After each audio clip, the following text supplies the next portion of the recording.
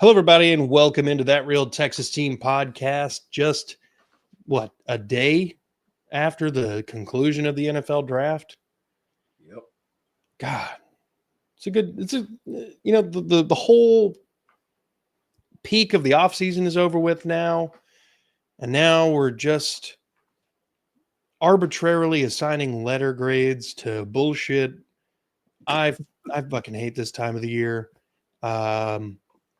The only thing that we really should be talking about with these young men is get in where you fit in. You know what I mean? Like that's it. And who else is available? What other moves could be made? That's what we should be talking about, not fucking letter grades. With that being said, my name's Curtis. I'm the host of the channel. With me, as always, my resident co-hosts, Chris, aka Pac-Man Freestyle, the host of That's Crazy Podcast and Talk. Please like and subscribe across all social media platforms. Down here at the bottom, we got Mike Sincere. Find him at Mass3 Productions everywhere across the social medias. Like, subscribe, trying to grow his channel as well. Do the same thing here. We're at 253, and I'd like to see that number jump up. So, gentlemen, I want to ask you this, and this will kind of get the ball rolling for us all individually. Who was your favorite selection in the draft for the Texans? Well, it's definitely going to be somebody with a J name. Shit. Mine was going to be Jay Higgins. I think for what we watched the first round, even though I know we all feel like we wasted our time watching the first round because we did. But hey, that was just how the draft. It just fell that way. Especially, I think the Shador drop had a lot to do with that. With people not taking Shador, it messed up a lot of. I think draft picks, just from what we were expecting. So the trading back, I'm happy with the wide receiver because we wouldn't go get anybody else. Yeah. And the Shador watch was a car accident, guys. We watched a goddamn car accident. He was just like, I want to go watch something else, but I'm waiting to see when the hell he's going to be drafted like everybody else. I'm going to be honest. Like I actually saw him get drafted. I was checking in. What was that? Because we went day 3, right? Yeah. So I was checking in, which was yesterday. I was checking in on that, but that's besides the point. But I am gonna go. I am going with Jaden Higgins. Let's get off the Shador train because, God damn it, that's all we talked about. Oh my God, when is Shador gonna get drafted? We sat there and watched it to see when this man was gonna get drafted. When people were saying that he's gonna drop, did I see him dropping a day 3? Oh my God. I knew he was going to get drafted. And what's the worst part? I knew he was going to get drafted by Cleveland. But anyway, let's get back to our 6'4", 214-pound receiver that just came from Iowa State, because that's who I really want to talk about, because Shador ain't fast and can't catch the ball. He did a 4.47 for the 40. I'm just kind of looking at his stats. Okay, so people might be mad because we drafted 2 receivers. I am not mad about that. I don't know why anybody would be mad. That if they're mad about us drafting 2 wide receivers, they're fans of another AFC South. Because I'm going to be honest with you. After round number 4, we didn't have a 5th round pick. So 6 and 7. I know we can get somebody. Shannon Sharp came out the 7th round. So Luke Lockney, wherever the hell his name is, somebody who we could have gotten, him and probably Graham, or somebody who probably could have gotten undrafted, signed as an undrafted free agent. Besides the point, they could be something. Not likely, but I don't pay attention to those rounds anyway. So we didn't have a 5th round pick. Not mad about running back, but I'm gonna go with. We're going to go with Jake Higgins on this one. Okay. Big old strong dude. Yeah. His pro comp is Nico Collins, and he goes to the team with Nico Collins. I mean, that's a perfect fit. Mike, what are your thoughts? Well, on Higgins, that wasn't my favorite. Noel was my favorite pick of the draft because don't get me wrong. When they told me we were basically getting Nico light, I was like, fuck yeah. Sign me up. Because you got to remember, we talked about it. We wanted DK Metcalf. Yep. We got DK Metcalf for like 120 million less. Yeah, basically. Yeah, I'll take it. But like I said, I didn't see it coming. I'll admit I was on the Luther Burden train. I wanted a type of player to come in there and give me something extra that the team didn't have. That's why I like Jalen Noel. His speed, the team did not have. I'm gonna be honest. We all want Matches to succeed. I like Xavier Hutchinson, but I think the days might be numbered for both of them at this point. Yeah. Yeah, I agree. I only expected one receiver. Yeah. And with all the bodies we brought in free agency, that room is packed. So, yeah. It's going to be interesting. I can see Mechie getting traded. I think he still has somebody being interested in taking him for a 5th, maybe 6th round pick just to keep from cutting. Same thing could probably be said for Xavier Hutchinson. But we discussed this even before we drafted 2 receivers. If it was anybody that wanted to stay out of my opinion, I want to keep Hutch. Yeah. That way we have 3 Iowa State receivers on the roster. Well, shit, now that wasn't the plan originally. Well, look, I think that's a big tip of the hat, essentially, to Iowa State. I think that they run a really pro-style offense. Both of these guys apparently run a very polished route tree and have great hands. So I'm excited for both of them. I wanted 2 wide receivers in this draft. I also wanted 2 offensive linemen. I got 1, but I was in the 6th and 7th round. Like, we could just draft anybody at this point. Yeah, I would have taken an offensive lineman over Graham for sure. But fuck yeah, neither here nor there. My favorite pick, I think, is Ariante Ursary. Not because of what he can give us this year, but I think with a year of learning from Trent Brown and from Cam Robinson and Laken Tomlinson and even Titus Howard, there's going to be a great potential for growth out of him. There is a world where he beats Cam Robinson out as the starter. It's not impossible. Cam Robinson's getting paid $14 million this season, which is league average. You know what I mean? Like, it's probably a little for an average left tackle. Yeah, that's about right. Yeah. So, I mean, it's not like you're out too much. If things don't work out with Cam Robinson and Ariante Ursary decides he's going to be the next left tackle of the future. I want to also give flowers because I'm never disappointed when it comes to draft time and Nick Caserio wheeling and dealing as if he's the monopoly man buying up property. Dude is out here. I think the phone around this time of the year is like surgically attached to his head, or he's got the Neuralink or whatever from Elon, and he's just like telepathically communicating with the other teams. Caserio, you're basically all of us when we play Madden, and thank you. Fuck you for that. Caserio is like the Mike Tyson. If anybody remembers Mike Tyson from the 90s, you can't go to the restroom. You go to the restroom, you might miss it. And that's what would happen. I was watching it live with the rest of the AFC South guys, and there were moments to where I say, hey, let me go get it. Oh, shit. We're back up. I thought we were out of picks. I was just about to get off. Nope. Here goes. Here he goes again. What else you got for me? Yep.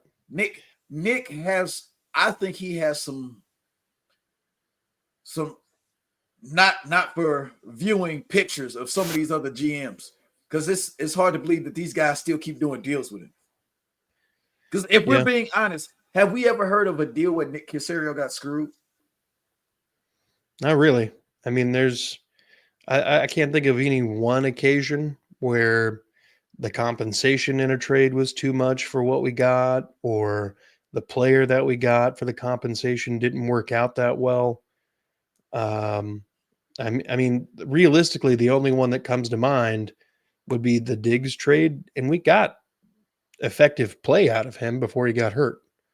And that's not really a knock on Caserio because Stephon Diggs on a non-contact play tears his ACL. So, I mean, A player that never gets hurt, mind you. yeah. So, I mean, dude Shit is batting 1,000 right now. If we being Cleveland shouldn't even answer our fucking phone calls. No, absolutely not. They shouldn't, but they continue to do it. I don't. Now, I do want to kind of shift the topic to a couple other things before we get right back to the Texans draft. Number one, the general manager for the Jacksonville Jaguars, James Gladstone, I think is his name. He is younger than I am. If not mistaken, he might be in his late 20s. He might be 30. No, actually, I have to say he is 34. He 34. looks like he's 12. He does 34. Look like he's fucking 12. The trade up for Travis Hunter, if he plays one or both positions at an elite level, they win the trade. Yep. If he doesn't, if he plays just good football at one position and below average at the other, I feel like they overpaid. Beyond that, did you guys see what I can consider the most beautiful speech I've ever heard about one guy believing in a player more than anything else? If you haven't had that experience yet, go watch the press conference when the Jacksonville Jaguars introduced Travis Hunter.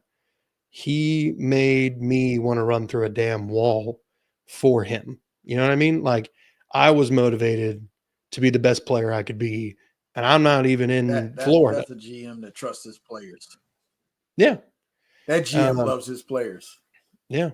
He clearly does. And that kind of stuff is infectious. I want the division to be better. That way, when we win, it means something. We're not the armpit of the NFL. We're scratching and clawing in a division that's tooth and nail. That's a better win for me. Second, I am beyond exhausted when it comes to listening to people talk about Shedeur Sanders, and the reason he didn't get drafted higher was because of racism. What in the actual fuck are you talking about? Yeah. No, 3. number one. Cam Ward was number 1. Number 2 was Travis Hunter, his fucking teammate. And then number 3 was Abdul Carter. The first 3 people selected in this year's draft were black dudes. Where's the racism? What I put in perspective to what a lot of people don't understand, Pittsburgh came out and said he was one of the worst interviews they've ever had. Ever. Yeah, the doc said the same thing. Hey, and Mike Tomlin is a black coach of Pittsburgh. Yeah. And he said he didn't hold, and what a lot of people don't understand, Mike Tomlin and Dion, they're actually pretty goddamn close. He's just like, man, this shit was so bad, I couldn't help but I have to tell y'all why we didn't do it. Yeah. The Brian Daboll Giants Shedeur Sanders interview. Have you guys heard about that? Oh yeah, I heard that one was terrible. So I heard it was terrible. It was terrible. Brian Daboll had established that they were going to do a meeting. He had sent Shedeur some things to brush up on for the meeting. Meeting comes, Shedeur has not looked at anything. Brian Daboll calls him out on it. Shedeur doesn't like this and proceeds to basically big dick the rest of the conversation. And then I watched a video from a channel that I thoroughly enjoy. That's Good Sports. And it comes to light. I didn't know this. Deion Sanders did not practice a lot.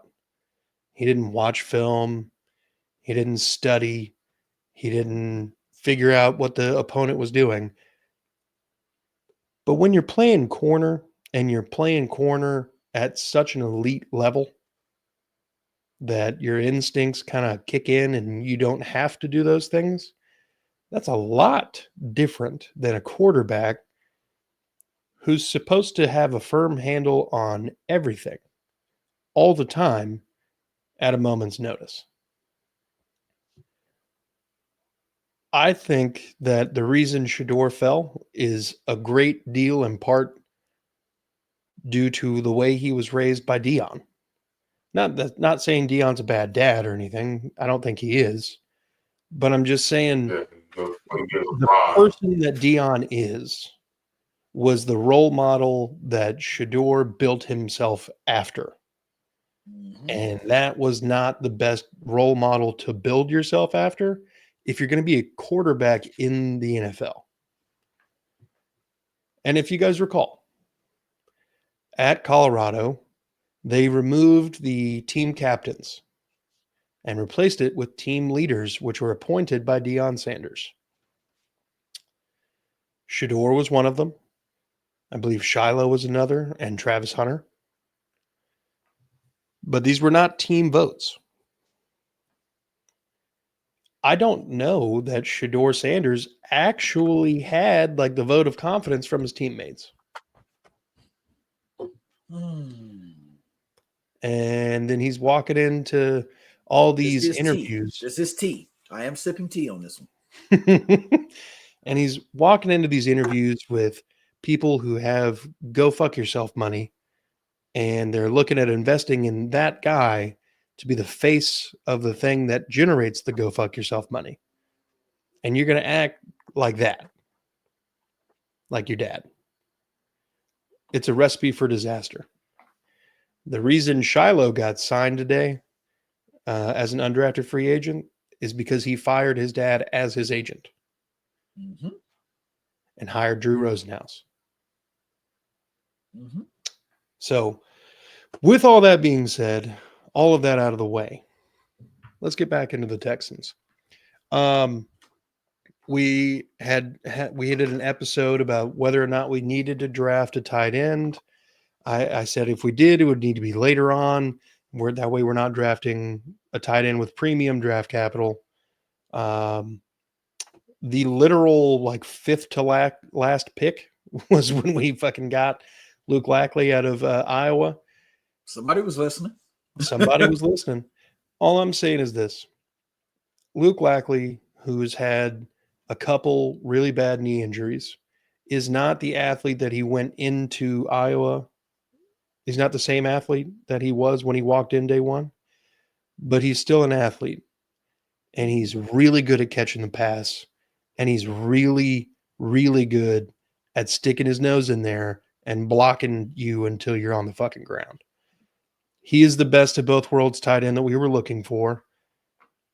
If he can stay healthy, I think eventually he could be the one who full-time replaces Dalton Schultz. If he can stay healthy, I think he has the potential to eventually become the Texans' best tight end in Texans franchise history, usurping Owen Daniels. That's bold, I know, 7th round pick, but that's the kind of build this guy has. And we're in a team with a really good quarterback. We've got weapons out the wazoo now. The offensive line's been rebuilt. It's kind of stacking up to where it could really happen. He's my sleeper pick in this draft. He's the one that I'm going to have my eye on and fingers crossed more than anything else. So, do you guys have somebody on this list that you deem kind of a sleeper? If you don't know, go ahead. I agree with you on him, but it's him or Irv Smith. I think it's almost zero chance we bring 5 tight ends. Oh man, this is getting crazy now. My internet's really doing this. Still there, guys? Yep. Okay. There's no way we bring 5 tight ends in. No. There's no way. No. Brevin Jordan, like you said, Brevin Jordan's the speed guy. Cade Stover's the young guy. Well, he was. And Dalton Schultz, the overpaid guy. Yeah. Irv Smith's the journeyman, and Luke Lockley's the new rookie. Yep. It's going to be a fight. Yeah. But if anybody, I'm thinking it's probably going to be Jalen Smith. Okay. We learned our lesson last year when they said, hey, the Texans just drafted a cornerback that can only play the slot. Because that's what they told us about Kamari last year. He could only play the slot. Looked pretty good as outside. Yeah, it's wrong as shit. Yeah. So at this point, D'Amico and them felt it was good to go get a guy that a lot of people had ranked as a 6th round pick early. I'm going to trust D'Amico and Nick. Yeah. I'm going to trust him. So I think that guy right there, because, yeah, Isaiah gave me a little bit of shit about Darby. Yeah. It's a chance Darby may not make this fucking team.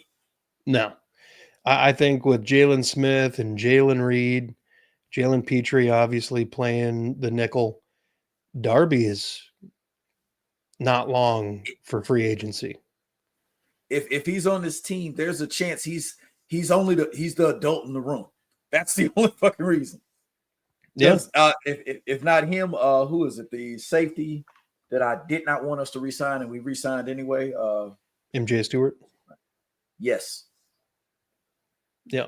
If we're looking at that secondary, somebody's got to go. Well, I mean, you bring that up, but we also drafted Jalen Reed, who's a safety.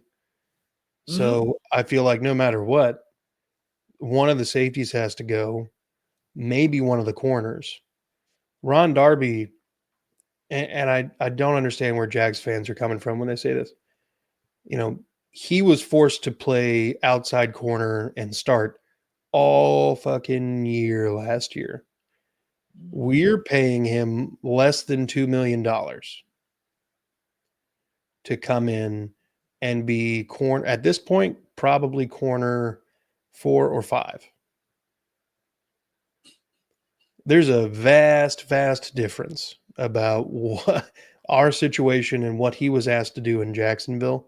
They also overpaid the hell out of him. So, like, even if he was playing good for a game, that didn't, come out in the wash. Yeah, I think that there's a good shot that he doesn't make the squad. I think MJ Stewart is on the block. But I think, some of these picks, Graham Mertz, like, what the fuck? And I get it. We're drafting so that we don't have to worry about it when Davis Mills leaves next year. But Graham fucking Mertz, bro. Come on. And I'm not going to even be funny. This is coming from a U of H guy. Quinn Ewers was still there. Yeah. I'm like, yeah, I know. I'm with you. I don't understand it. Graham Mertz wasn't good at Wisconsin. There's a lot of people don't. This is what I study the draft. I watch a lot of film. I do a lot of stuff getting ready for the draft just to see how. I don't know who the fuck Graham Mertz is.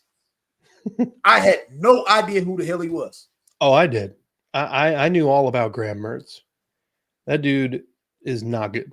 He was 3-year starter at Wisconsin, transfers to Florida, starts 2023, doesn't play well. They bring in, I think it's DJ Lagway is his name. He was a freshman last year. About midway through the season, they start peppering in Lagway, and then Mertz gets hurt, and Lagway's the starter. All of a sudden, the Gators don't look like shit anymore. Is it a coincidence? I don't think so.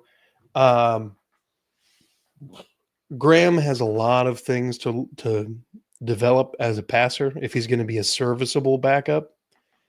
And, maybe we can get that out of him. I'm not holding my breath, though, at all. At all. Not going to hold your breath? No. Chris, who is your sleeper pick for the Texans? I really want to say Jalen Reed. I'm sorry, I'm over here watching a little film on these fellas. So I'm kind of quiet. I'm just trying to get to know some of these fellas. But I really want to say Jalen Reed just because I don't feel like, even though I feel like we got a bunch of safeties, I don't feel like our safety room is strong. Like except for I don't know. he's playing like a Nico. I mean a nickel. Nico. Well, you got Petrie, Kalen Bullock, Oh, and Jalen Bullock. C.J. Gardner-Johnson, Jimmy Oh Ward, shit! I forget he just got it. I don't count Jimmy Ward. Jimmy Ward doesn't and then you count. got MJ Stewart and now Jalen Reed. Yeah, that's what I'm still gonna go with. Still gonna go with Jalen Reed. Uh, man, to go play though. He's probably going to be special teams. I mean, he's a 6th-round pick. There's a good chance he's practice squad. But, Jimmy Ward's turning 34. To be honest, I forgot we had C.J. Gardner-Johnson. That was the one. I mean, it's a new one. It's a newer move. I get it. Jimmy Ward's 34. There's no way he's going to play much longer, generally speaking, either with us or on another team. I mean, eventually there will be openings. Yeah, because like Irsay, I'm not really sure about him. He looks like he's going to be good in the run defense, though. Not really sure about his pass protection yet. As far as protecting CJ, not really sure about that. But it looks like he'll be pretty good in the run game, which is where they all they look for. So like I say, I would have liked another offensive lineman, and who knows? We don't even know what's going to happen. His size and his build, I like that. 6'6", 331. I like that. Well, look, I know that in the press conference after the draft, Nick Caserio and D'Amico Ryans both talked about Ursary and said, we know we brought in some offensive linemen this year in free agency. We brought in Ursary. Obviously, he's never played any other position except for left tackle or right tackle. And and Titus Howard was in that same boat. He'd never played anything except for one of the tackles. And when he got here, we asked him to play guard, and he's grown into an above average guard.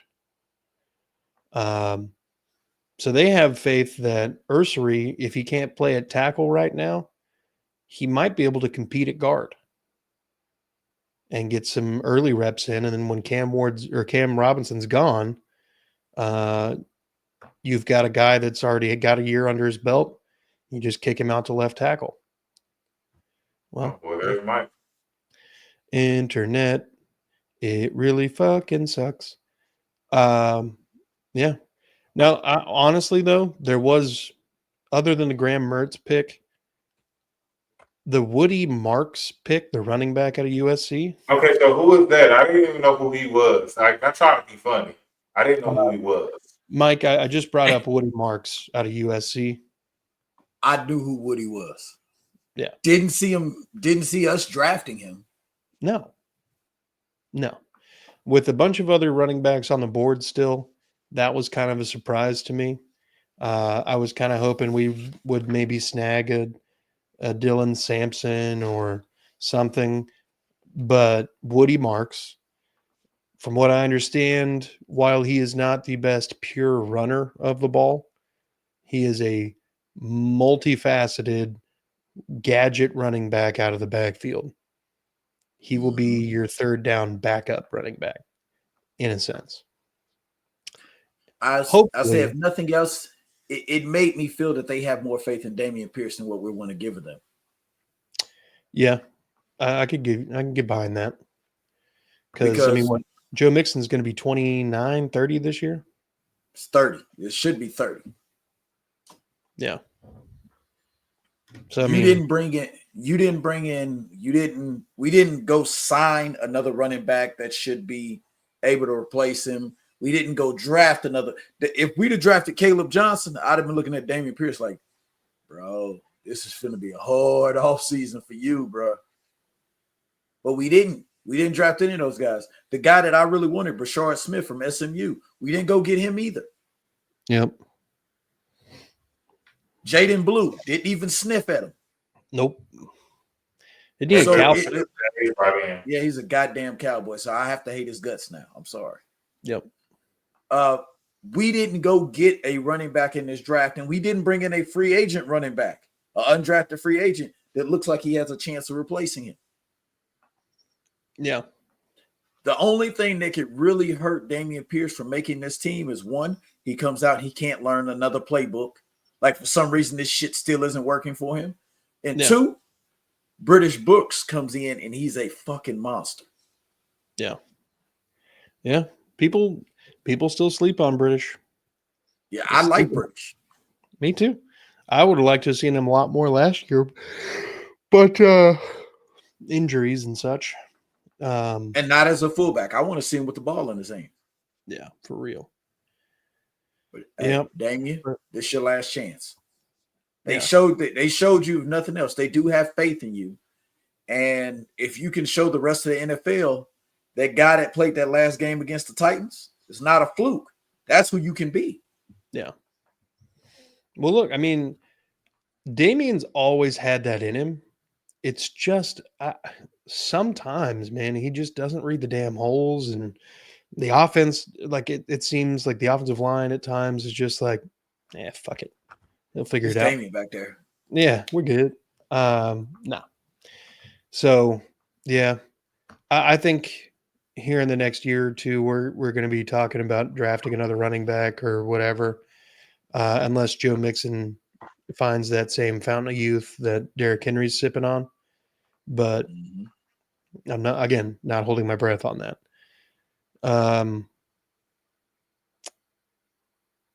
Is there anybody that was drafted that you think has who has the longest shot to make this roster? The young man from Penn State. Jalen Reed? Yeah. Yeah, I agree. That's my sleeper, but I agree that completely. Because we have actually no. If we're saying the longest shot of making a roster, it might have been Luke, the tight end. Yeah, I'm going to remind you of who we took just before Luke Lackey. Keontae Hamilton out of Rutgers. He's a defensive tackle. We have 5 or 6 already on the roster. I could see a world where he's a practice squad guy the entire year. And I watched a little bit of his. And I have paid attention to him. The only reason why I say that is because we have this guy named Kurt Heinisch and Tommy Togai. Yeah. These are two guys that, coach, they might have earned coach's respect. Yeah. But what would this team be without him? Do they have a role that's just like it's unreplaceable? Right. Like if one of these guys were Foley Fotokasi, I'd be like, they're secure. Right. We don't have a fat guy stuffing the hole right now. We don't have one on the team. Yeah. Yeah. Hamilton's bigger. I don't remember him being a monster by any means. I know he's over 300, but 6'3", 300. Yeah. I would still love us to bring in that big dude from Florida. I think because he went undrafted. He went undrafted, didn't he? Yeah. That big ass dude. I don't even care if he stands up every play. What are you gonna do? He's in the way. Yeah, exactly. 464 pounds. You get him down to 390. Can you imagine the athleticism you'd get out of him? I don't think you can get him down to 390. Well, no, I don't. absolutely not. But I mean, he was pushing 400 pounds as a senior in high school. Yep. That's insane. Um, I think it's awesome. So we got the double dip of the Iowa State receivers. It's cool that they're going to have, Xavier Hutchinson, who was with them for a couple years back before we took him. It's basically like you pull up to the function and all of a sudden you see your cousins there. And you're like, oh shit. Oh hell yeah. Dude, what are you doing here? Yeah. I've been hanging out with Tommy over here, and Tommy's been good to me, so I thought I'd come to the cookout. What I tell anybody is like, I'm like, this feels like the New York Knicks. How they have everyone from Villanova is on the team. Yep. Their entire roster there. I think that's what these guys are like. Even the Iowa State coach is like, all the best receivers I had for the last 3 years all play for the Texans. Yep. Hey, there must be something in the water when it comes to Iowa, or maybe Casario has a summer home in Iowa or some shit. I don't know what the deal is, but he's got an infatuation with the whole state, it feels. But again, I mean, Luke Lackey coming out of tight end university. I mean, you never know. That's what I'm saying. Okay. Well, let's ask, do you guys have anything else that you want to talk about with this draft class? Like I said, we're just gonna wait and see. Like me and you, Curtis, we both on the same page, and I think Chris is up there with us. We don't need to give it a letter grade, right? And I actually think it's unfair to judge. I agree on the letter grade all the way. Especially because I'm looking at NFL.com. They gave us an A-. I don't like that. I'd rather them give us a D, because then I feel better. I feel like because for one, my grade would be a B. I don't even give this a A because we don't know, because the draft got turned around for a lot of people. The only reason they gave us an A- is because depending on who you talk to, we got 2 first rounders as our 2 second round picks. Yeah. Higgins was looking like he was going to be a first rounder. So was Arisay. Yeah. Ursery. Yeah. They thought both of these guys, hey, it's a chance these guys could sneak into the first round. We drafted both of them. I don't like Ursery's pass blocking, pass protection. Not yet. It's just I'm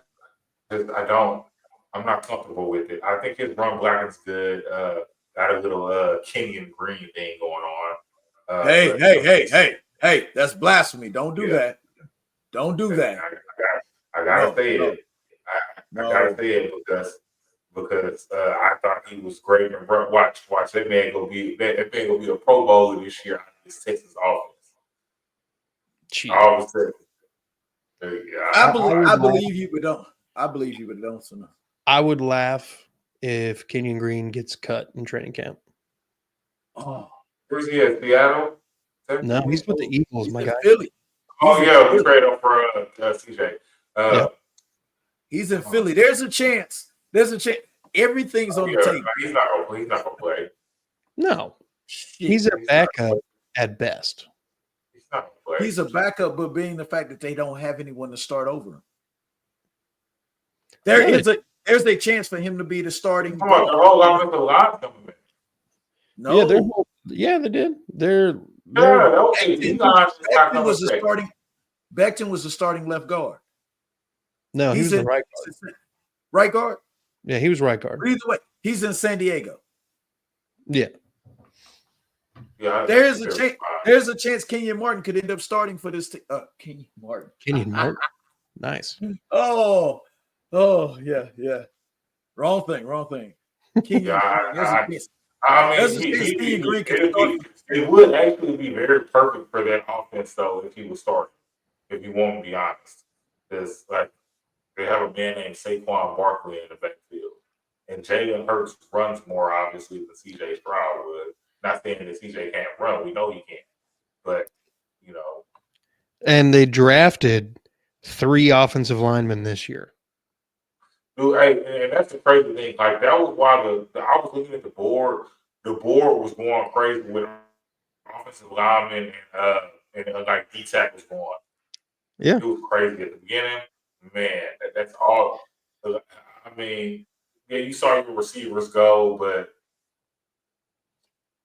it was ridiculous.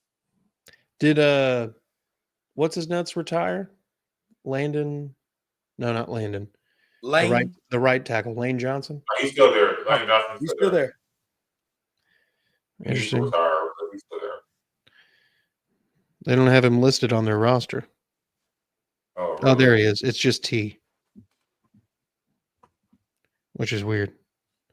Actually, no, he. I don't see him on the roster at all. But even with that being the case, they still have Jordan Mailata at left tackle. They drafted 2. Oh, there he is. There he is. Lane Johnson. Jordan Mailata at left. Lane Johnson at right tackle. Landon Dickerson at left guard. Cam Jurgens at center. And then you've got 4, even 5 guys competing for right guard. So you're saying there's a chance? There's a chance. And then we just get draft capital and CJ Gardner-Johnson. I don't see a downside regard. Even if he doesn't the starter and he plays adequate, I'm not really upset about it. No. Now, if this fucker turns around to be a Pro Bowler, yeah, you know he lives here. He lives here in Houston. Yeah. There's a chance his family might have to move. I'm just saying. Yeah. Well, let's see. So I feel like Jaden Higgins and Jalen Knoll, Jalen Higgins is immediately wide receiver 3. You got Nico, Christian Kirk, Jaden Higgins. Knoll is is like probably wide receiver 4. It just depending on how everything shakes out with Mechie, Justin Watson, Braxton Berrios, Hutch, whoever else. I think that we have, without a doubt, complemented the main 2 wide receivers by bringing in guys who are almost identical to them. Both of these guys, they're pro comps. Jaden Higgins' pro comp was Nico Collins. Jalen Knoll's pro comp, does anybody know who it was? Christian Kirk. Christian Kirk. Bingo. And that was long before the Texans drafted him. Mm-hmm. Yeah. It's been Christian Kirk from day one, and they're comparing him to A&M Christian Kirk. Yeah. Not NFL Christian Kirk. A&M Christian Kirk was a problem. Yeah. Yeah. He made a name for himself at A&M. Again, I think those guys are immediate contributors in one way or another. Now, Jalen Knoll doesn't have a lot of special teams experience, so he probably won't be asked to do a lot of it, but he could. I think Jalen Smith probably slots in at corner number 4, at least in the immediate, until we find out exactly what he brings to the table. Woody Marks, third down backup running back. Joe Mixon needs a breather on third down. It's a pass play. You send out Woody Marks. Oh, is Dare gone? No, we re-signed him. But yeah, we got Dare. What I think that this is the move to get Dare off the field and let him focus on special teams. I think it's what I can see it. I can see us carrying 4 running backs. Yeah. I mean, we did last year. Mm-hmm. Can we name those 4 running backs? Mixon, Pierce, Gunbowale, what's his nuts? Taylor? Taylor, Cam Akers. They floated between. That 4th guy. Before we took him to Minnesota. Yeah, Cam Akers.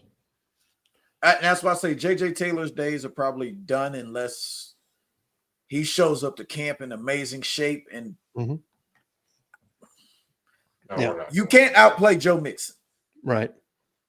Now, obviously, Woody Marks being a 4th-round pick, same round that Dameon Pierce was taken, basically from the 5th round all the way to the 1st round, you assume those guys can be contributors or starters depending on how early they're taken. But 6th and 7th round guys, those are long shots. Um, we were talking about Graham Mertz earlier. He's not even healthy. If he were, you're looking at emergency quarterback 3. Jalen Reed, he's at the moment the 6th or 7th safety in the room. Keontae Hamilton is the 6th or 7th defensive tackle in the room, and Luke Lackey is the tight end number 5. We've got a lot of bodies. Training camp is going to be a lot of fun to see how this gets weeded down, but holy crap. I think this was a really good draft. I think we drafted for the future. I think we drafted for pressing needs. This was good. I guess Chris had to say goodbye. It's all right. It's all right. You know, He'll be back. He'll be back. Chris's turn. I guess here in a minute I'll do it. I don't know. We'll see. But the thing I would say about this draft, that, like, if we're being honest, it's 2 things. One, the Texans haven't actually kept a 7th round pick in a few years. What's the last 7th round pick that we could say made the roster out of training camp? 7th round pick. Because Hutch was like a 6th? 5th. Oh, 5th or 6th. It's a good question. It's been a while. Wasn't Derek Newton like a 7th round draft pick? I don't think we have to go that far back. Bill O'Brien kept 1, but it has not happened since Bill. Who did he keep? What was that kid's name? Yeah, it was a safety. Oh, I can't think of his name. Either way, he's not on the team. Well, yeah, it's been a while. I can't even remember what Andre Howell was. Oh, Andre Howell draft selection. 7th round pick. That might have been the last one. He might have been the last one we actually kept. Yeah.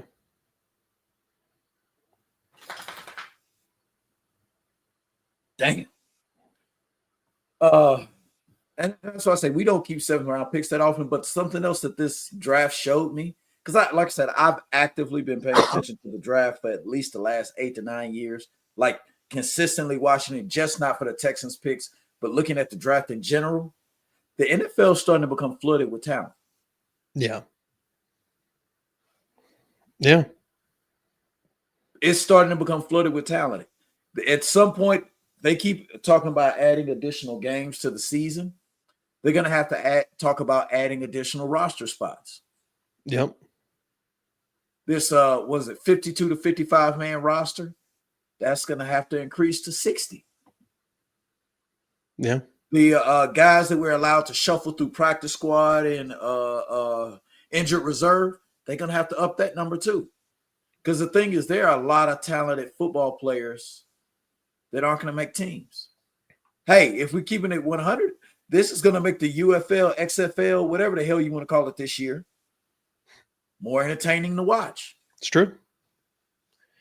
I wonder how many of the undrafted guys that maybe don't get signed or, get cut after camp, I wonder how many of those guys we'll end up seeing in the UFL next year. But I know I'd do it. Fuck yeah. You kidding me? I can make $75,000 to $80,000 working a job that I hate, or I can make it playing football for 4 months. Yeah. Oh, what a life. Yeah, easy decision. Yeah. Yes, please. For one. Yes. Well, look, I think we've come to a good stopping point here. We haven't necessarily covered everything, but it's a long off season from this point, so we'll get there. Mike, I want to thank you for coming on, taking time out of your evening. Always. I want to thank Always. Chris, even though his internet just shit the bed. We will be coming out with video essays here on the channel soon, so please be on the lookout for that. We've been secretly working on them. At this point, they're just, fun moments in Texans history that we all want to talk about. So it's on the horizon. With that being said, though, hit the like, subscribe button, notification bells for when we drop new content. You don't miss it. Head on over to Mass 3 Productions at Mass 3 Productions across all the social medias. Like, subscribe, notification bell. Do the exact same thing for That's Crazy Podcast and Talk. Help us grow. Folks, Caserio is the best dealer there's ever been, outside of maybe Tony Montana. Okay. We're blessed. We're blessed. This is without a doubt, the best GM era for the Houston Texans. And it's always so fun to watch him do things during the draft. But hey, it's good to be a Texans fan. Sucks to be a Cowboys fan. Fuck those guys. Texans by 50. Yep. And we win in the South again. Fuck the Cowboys. Be good people. Peace.